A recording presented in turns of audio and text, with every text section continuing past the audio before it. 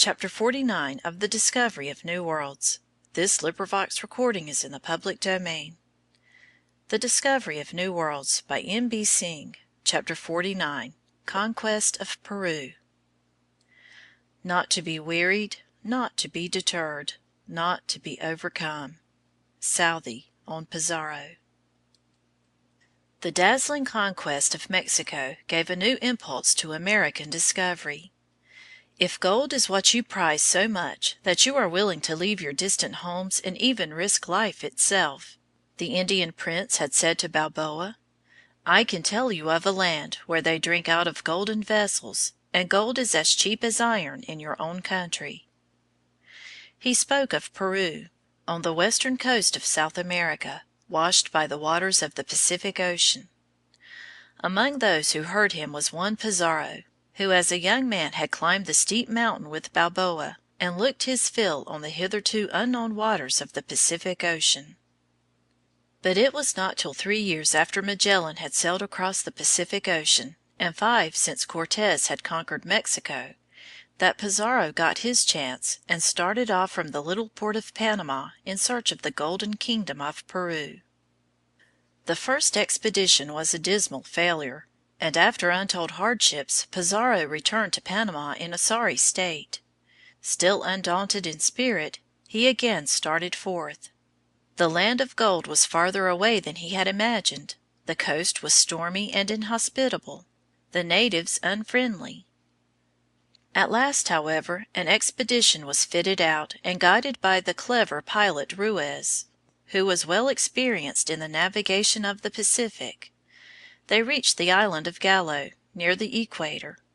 Here they determined to wait and send back for more troops from Panama, as there was clearly fighting to be done on the coast of Peru. But this proposal caused a great outcry. "What," faltered the faint-hearted, "are we to be left in this obscure spot to die of hunger?" What did they care for lands of gold? They only wanted to go home. But the ships sailed away for help, and Pizarro was left alone on the far island with his discontented crew. They survived on crabs and shellfish, picked up on the shore, till the 2 welcome ships returned well laden with food and men. By this time Pizarro's men had made up their minds to return to Panama at all costs. Pizarro was determined to go on. Drawing his sword one day, he traced a line on the sand from east to west. Then turning to the south, he cried, "Friends and comrades, on that side are toil, hunger, nakedness, the drenching storm, desertion and death. On this side, ease and pleasure. There lies Peru with its riches, here Panama and its poverty. Choose, each man, what best becomes a brave Spaniard. For my part, I go south." Saying this, he stepped across the line. The brave pilot and 12 others followed him, while the rest turned their faces homewards. The old historian speaks with enthusiasm of this little band of men, who in the face of difficulties unequaled in history, with death rather than riches for their reward, never deserted their leader in the hour of his greatest need, an example of loyalty for all future ages. It was the crisis of Pizarro's life. The little band now sailed southwards, 600 miles south of the equator, touching at various points along the coast. After a year and a half's absence they found themselves once more in the port of Panama, telling their eager listeners that they had indeed found the land of gold, and they had only come back to fit out a new expedition to go and conquer it. Pizarro now returned to Spain, where he obtained leave from the king to attempt the conquest of Peru, of which he was named governor, on a promise to pay the king 1/5 part of all the treasure he might get.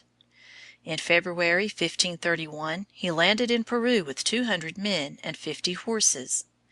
He at once marched south along the coast, built a town, which he called San Miguel, as headquarters, and learned more of the country he meant to conquer.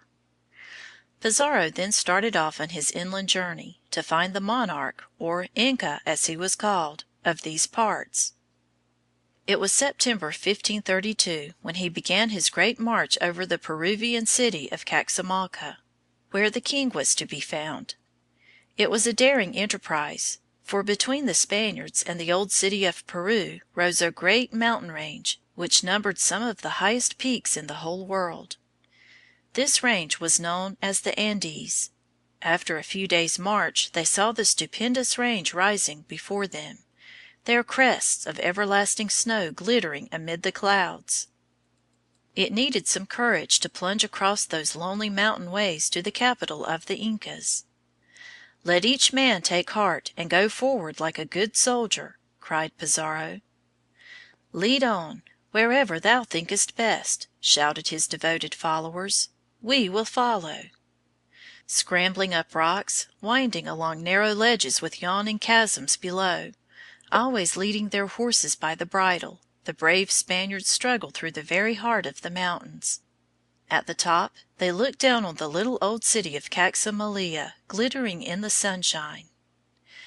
Meanwhile the news had reached the Inca that white-bearded strangers had come up from the sea, clad in shining array, riding upon unearthly monsters, and wielding deadly thunderbolts. The ruler of Peru at once sent messengers laden with presents to make friends with these strangers. As the conquerors neared the city, the Inca was carried on his golden litter to meet them. A solitary white man came forth. It was the Spanish priest who proceeded to give him a long account of Bible history from the creation to the call of St. Peter, begging him at the same time to accept a Spanish Bible, and thus acknowledge the power of Spain. As the Inca hurled the Bible from him, a number of armed Spaniards rushed out of the houses surrounding the market-place, where they had been in hiding, seized the terrified Inca, and slew his followers. Pizarro had the Inca shut up in a room till his fate should be decided. Making a mark on the wall, as high as his hand would reach, the poor deposed ruler offered the Spaniards as ransom for his life gold enough to fill the room up to the height he had marked. Pizarro accepted the offer, but afterwards he easily put the Inca to death. A year later Pizarro entered the city of Cuzco, the capital of Peru. The city was full of treasure, as he had expected. There were figures of pure gold and planks of solid silver. The women wore sandals of gold, and their dresses glittered with beads of gold. So the children of the sun entered into possession of the old town of Cuzco, and the conquest of golden Peru was practically complete. When the loads of gold from this rich city and the wonderful tales of adventure reached Spain, there was such excitement as had hardly been felt since Columbus had returned from his first voyage across the Sea of Darkness. Again Spaniards flocked across the seas to the New World, and ships plied between Spain and Peru. Pizarro himself was made a marquis, and his name was on every lip, for had he not surmounted every obstacle to win this great country for Spain? Chapter 49.